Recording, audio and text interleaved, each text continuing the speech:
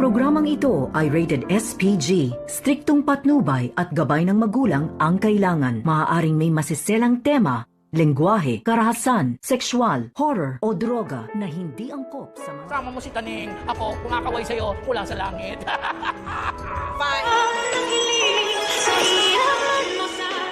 Ngayong Lunes, narito na nga ang ating pagkaabangan mamaya sa abot kamay na pangarap. Bago nga mahulog sa bangin itong si Don Pepe, ay asar-talo naman itong si Moira dahil tila inaasar ngayon ni Don Pepe itong si Moira na nakahanda na ngang mawala itong si Don Pepe. At dito naman na sinabi ni Don Pepe kay Moira na habang na sa itaas daw siya sa langit, kumakaway daw siya dito kay Moira. At dito naman na naasar ng gusto itong si Moira.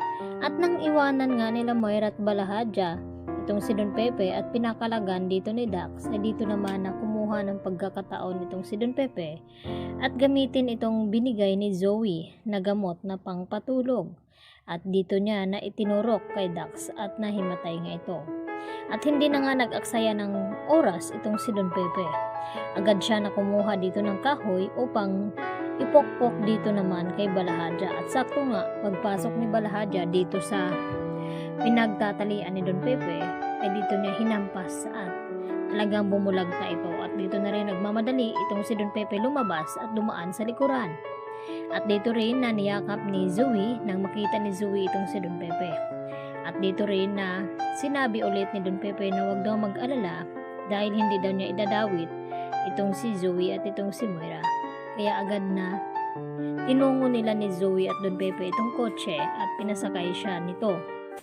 At nang makalayo-layo na sa lugar na iyon, dito naman huminto itong si Zoe at nag-usap itong dalawa na si Don Pepe. At maya-maya nga nagring itong cellphone ni Zoe. At nagtanong itong si Zoe kay Don Pepe kung sagutin ba daw niya ang tawag ng kanyang ina na si Moira.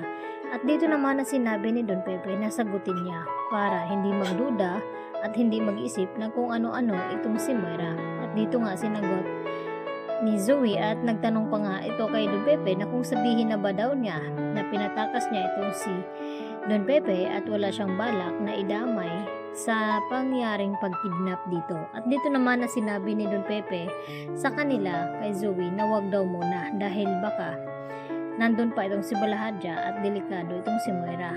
Kaya agad naman na lumabas sa kotse itong si Zoe upang kausapin na nga itong kanyang ina. At dito na nga na nagkukunwari itong si Zoe na walang alam at nagulat kunwari na nakawala nga daw itong si Don Pepe. At dito naman na nagbabanta itong si Moira kay Zoe na kapag hindi daw nila matagpuan itong si Don Pepe ay talagang mabubulok sila sa kulungan.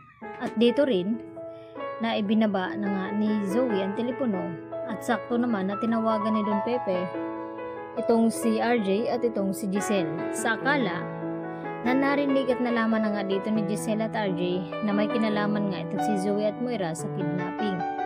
At dito rin ang gagalait sa galit itong si Zoe at hindi niya napigilan itong kanyang sarili. At binuksan ni Zoe ang kotse at pilit na kinuha ang cellphone na gamit nga dito ni Don Pepe. At dito naman nagmamadali na lumabas itong si Don Pepe upang takasan nga ito si Zoe.